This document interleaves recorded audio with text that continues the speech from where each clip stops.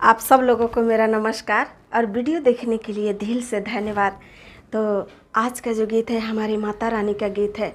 यदि हमारी माता रानी का गीत पसंद आता है आप सब लोगों को तो लाइक, सब्सक्राइब और शेयर ज़रूर करें और कमेंट में लिखें कि हमारी माता रानी का ये भजन कैसा है। आप सब लोगों को दिल से धन्यवाद। तो आइए हमारे माता रानी का भजन सुनिए। हमारे माता रानी का नवरात्र पास में आ गया है तो सुनिए हमारी माई का भजन। बड़ी सुंदर भजन है। खोली ना केवरिया मैया, खोली ना केवरिया, खोली ना केवरिया मैया, खोली ना केवरिया। दुआरा पर बाजता रे ढोल हे मैया, खोली ना केवरिया।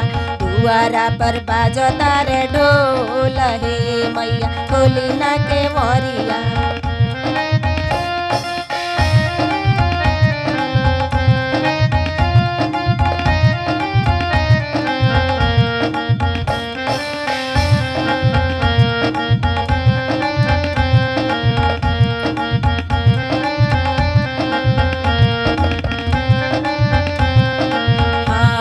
सोने सुराही गंगा जल पानी, सोने सुराही गंगा जल पानी। पौआ पखारी मैया मोर हे मैया, खोली ना केवरिया। पौआ पखारी मैया मोर हे मैया, खोली ना केवरिया।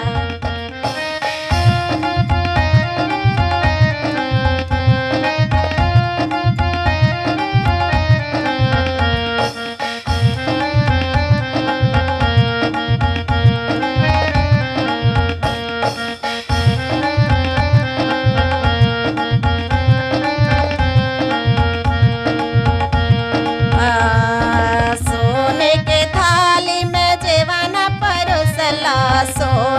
थाली में जेवाना परोसला, जेवाना परोसला मैया, जेवाना परोसला।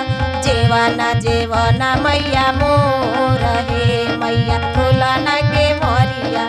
जेवाना जेवाना मैया मोर हे मैया, खोला ना केवरिया।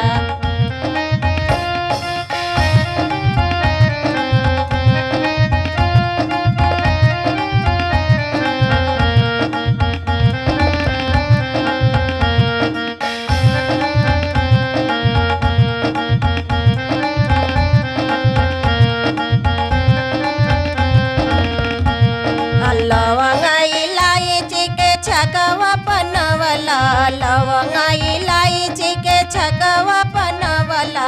छकवा बनवला मैया, छकवा बनवला। छाक पियना मैया मोर हे मैया, खोला ना केवरिया। छाक पियना मैया मोर हे मैया, खोला ना केवरिया।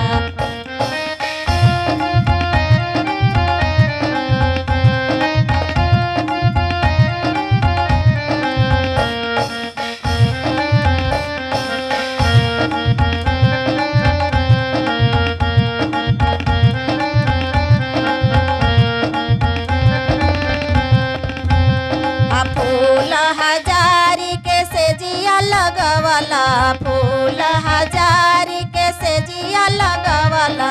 सेजिया लगवला मैया, सेजिया लगवला। सेजिया सुआना मैया मोर हे मैया, खोला ना केवरिया। सेजिया सुआना मैया मोर हे मैया, खोला ना केवरिया।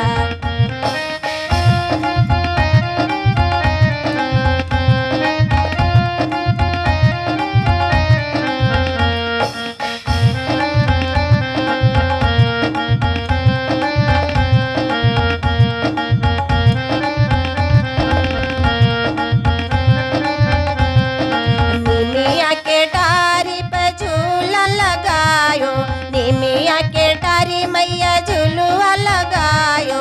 झूलुआ लगायो मैया, झूलुआ लगायो।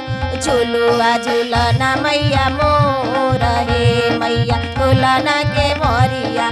झूलुआ झूलना मैया मोर हे मैया, खोला ना केवरिया।